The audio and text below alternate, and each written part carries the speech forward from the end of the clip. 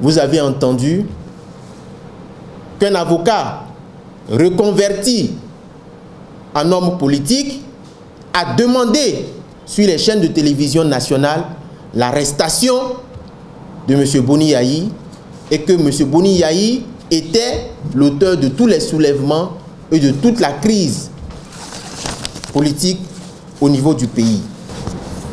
Il est même revenu sur ses propos en tentant un rattrapage, mais qui est encore plus grossier, en disant que l'assignation à résidence de M. Boni Yayi permettrait ou permet d'éviter un trouble à l'ordre public.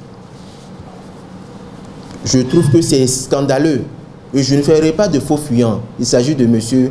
Jacques Migan. Bien qu'ancien bâtonnier et un confrère, toujours en exercice, s'est illustré de la plus mauvaise manière. Et je pense que l'histoire de notre jeune démocratie retiendra son nom comme celui par qui le malheur a frappé le Bénin. Je voudrais m'adresser à M. Jacques Migan, qui a décidé de porter le costume de pyromane de la République, que l'assignation à résidence ainsi que l'ordre public ne sont pas des concepts creux en droit. Que l'assignation à résidence ainsi que l'ordre public ne sont pas au-dessus de la présomption d'innocence. Oui, ce sont des concepts qui doivent toujours intégrer le respect des droits de l'homme, le respect de la présomption d'innocence garantie par les conventions internationales, garantie dans notre droit positif par la Constitution.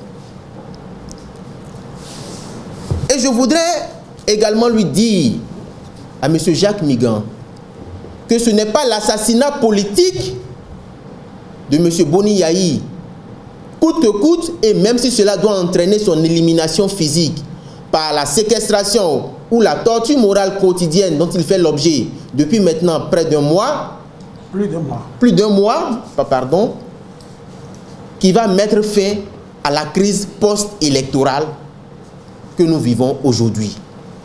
Bien au contraire, si M. Boni Yayi passe de vie à trépas,